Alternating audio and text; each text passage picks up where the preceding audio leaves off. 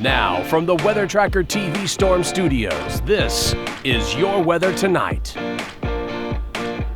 Here's Chief Meteorologist William Cole. All right, folks, here we go now, heading right on into our Tuesday evening. Again, hopefully you had a great Tuesday afternoon. Definitely a cooler afternoon out there. In fact, we started chilly this morning.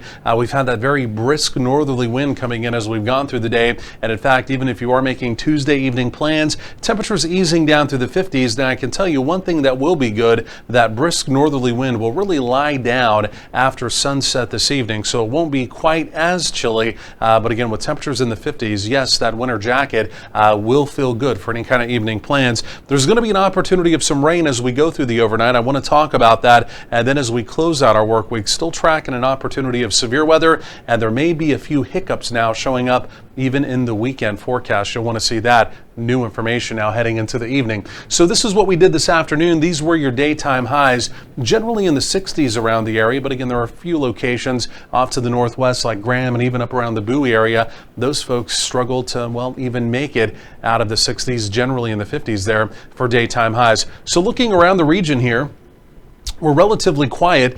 We do have a surface boundary well down to our south. Our cold front that came through this morning and really brought us the cooler temperatures and the windy conditions. Believe it or not, it kind of washed out. This is a secondary boundary now down to the south. And again, it's really been the focus throughout the day today of severe weather in the deep south of Texas, down around Brownsville, down around Padre. Again, they're getting hammered with an opportunity of even some larger hail heading into the evening and into the overnight. But for us here in North Texas, we have our own opportunity, believe this or not, even though it doesn't look like it's going to rain.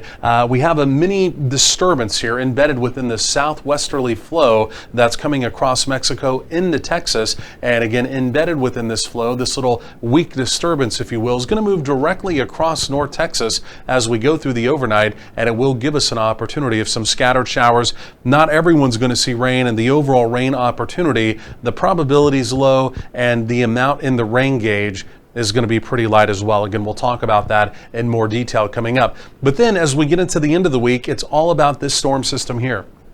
You can see it spinning down and spiraling down the coast of California. This will come out in two pieces, one on Thursday as a lead wave, and then the main storm comes out on Friday. You see it right there. And each of those days, Thursday and Friday, there may be an opportunity of rainstorms and severe weather. Friday looking a little more probable. And as we get into Thursday, we always say this time of year, the devil's in the details, because our cap, what limits active weather or severe weather, it's going to be relatively strong, and we'll have a dry line setting up in our western counties, up into parts of Oklahoma. There may be a couple of storms that try and form along the dry line, but it doesn't look as promising on Thursday. But again, we'll continue to track that, and that's still subject to change this far out. But as we get into Friday, it's going to be a bit of a different story as a cold front moves through the area, especially from 35 off to the east. There may be a better opportunity through the afternoon hours into the early evening of rain and storms. And again, still an opportunity of hail and wind,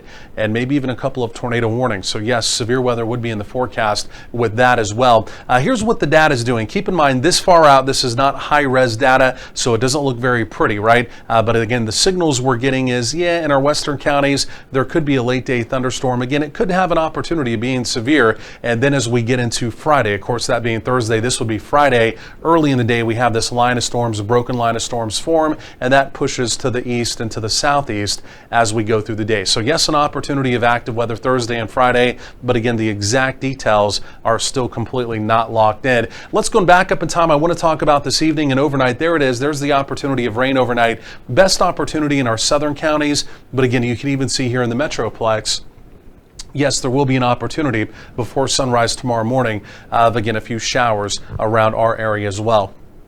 But again, keep in mind, rainfall amounts in the rain gauge right now looking pretty light. So 30s, 40s, these are your overnight lows. So it's going to be chilly out the door tomorrow morning, 20-30% opportunity of those scattered showers. As we go through Wednesday, temperatures recover some tomorrow, more in the way of 70s around the area. I think mid to upper 60s here in the Metroplex. And then on Wednesday, we're only down into the 50s as the moisture does begin to return. And on Thursday, 70s around the area, but very humid. And again, there may be that opportunity of some active weather Thursday into Friday. We're going to track that carefully. And then as we get into Sunday, there may be another opportunity of strong activity in the area. We'll track that, then possibly 90s early next week.